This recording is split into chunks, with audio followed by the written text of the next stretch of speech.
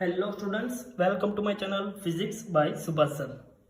Moving charges and magnetism के इस lecture में हम पढ़ेंगे motion in a magnetic field. इस चैप्टर में फर्स्ट लेक्चर में हमने पढ़ा था कि अगर कोई Q चार्ज को कोई B मैग्नेटिक फील्ड में V वेलोसिटी से एंटर किया जाए तो इस चार्ज के ऊपर मैग्नेटिक फोर्स लगेगा F vector equal to Q V cross B।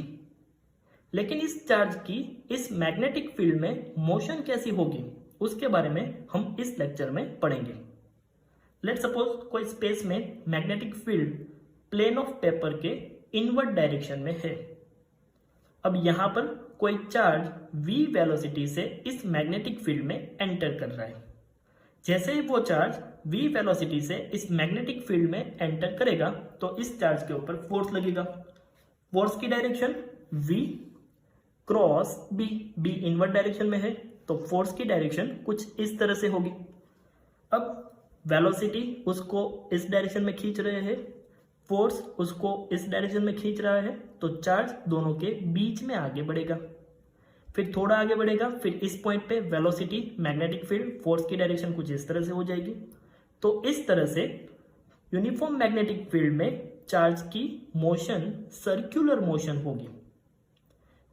इस सर्कल के सभी पॉइंट पे वेलोसिटी कांस्टेंट है, दैट मीन्स ये चार्ज यूनिफॉर्म सर्कुलर मोशन कर रहा है। इस यूनिफॉर्म सर्कुलर मोशन के दौरान चार्ज के लिए मैग्नेटिक फोर्स का मैग्नीट्यूड होगा QVB sin थीटा। ये यूनिफॉर्म सर्कुलर मोशन है, इसलिए इसको ये मैग्नेटिक फोर्स सेंट्रीपिटल फोर्स के थ्रू प्रोवाइड होगा। दैट मीन्स यहां पर यूनिफॉर्म सर्कुलर मोशन के लिए centripetal force equal to magnetic force हो जाएगा। सेंट्रीपिटल फोर्स का इक्वेशन होता है mv²/r। मैग्नेटिक फोर्स की वैल्यू है QVB sin थीटा। यहां पर theta v vector and d vector के बीच का एंगल है, लेकिन इस केस में सभी पॉइंट पे velocity vector magnetic field vector से परपेंडिकुलर है।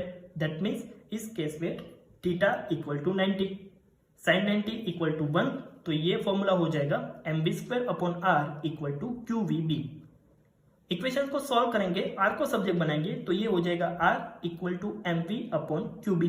m इंटू b को हम मोमेंटम p लिख सकते हैं, तो ये फॉर्मूला होगा r equal to p/QB।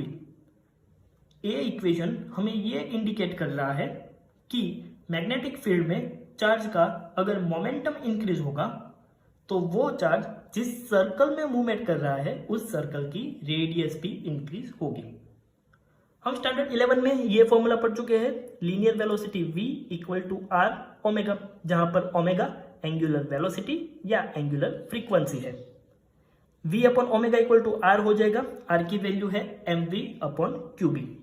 v cancel, यहां पर हम ओमेगा को सब्जेक्ट बनाएंगे तो ओमेगा का फॉर्मूला होगा ओमेगा इक्वल टू QB/m, जो हमें याद रखना है। ओमेगा का एक और फॉर्मूला है angular frequency omega equal to 2πf।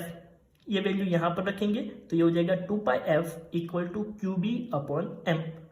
f को सब्जेक्ट बनाएंगे तो ये हो जाएगा f इक्वल टू QB/2πm, जहां पर f फ्रीक्वेंसी है। एक और फॉर्मूला फ्रीक्वेंसी इक्वल टू 1/टाइम पीरियड, यहां पर रखेंगे तो 1/टाइम period equal to QB/2πm। So time period t equal to 2πm/QB। ये टाइम पीरियड कौन सा टाइम पीरियड है? तो यहां पर ये जो चार्ज यूनिफॉर्म सर्कुलर मोशन में मूवमेंट कर रहा है उस चार्ज को 1 रोटेशन कंप्लीट करने के लिए कितना टाइम लगेगा, ये टाइम पीरियड यहां से फाइंड कर सकते हैं।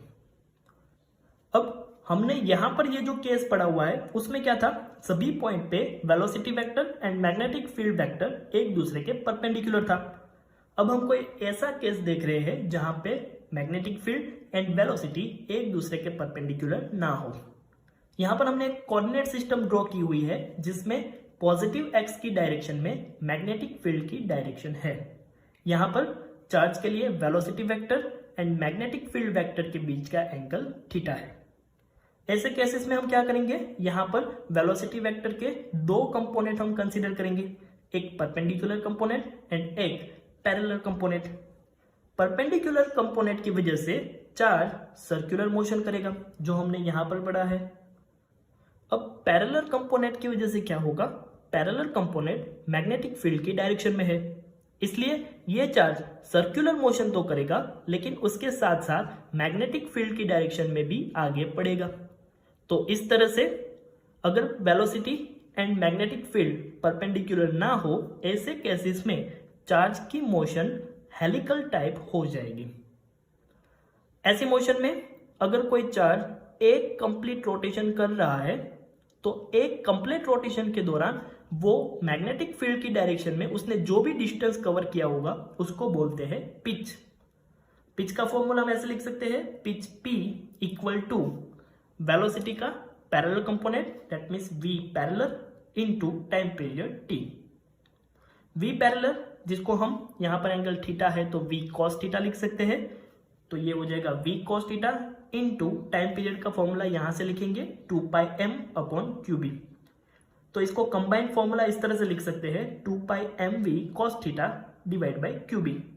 V cos थीटा को हम V पैरेलल कंपोनेंट भी लिख सकते हैं, तो पिच का फॉर्मूला होगा P equal to 2πmV parallel divide by QB।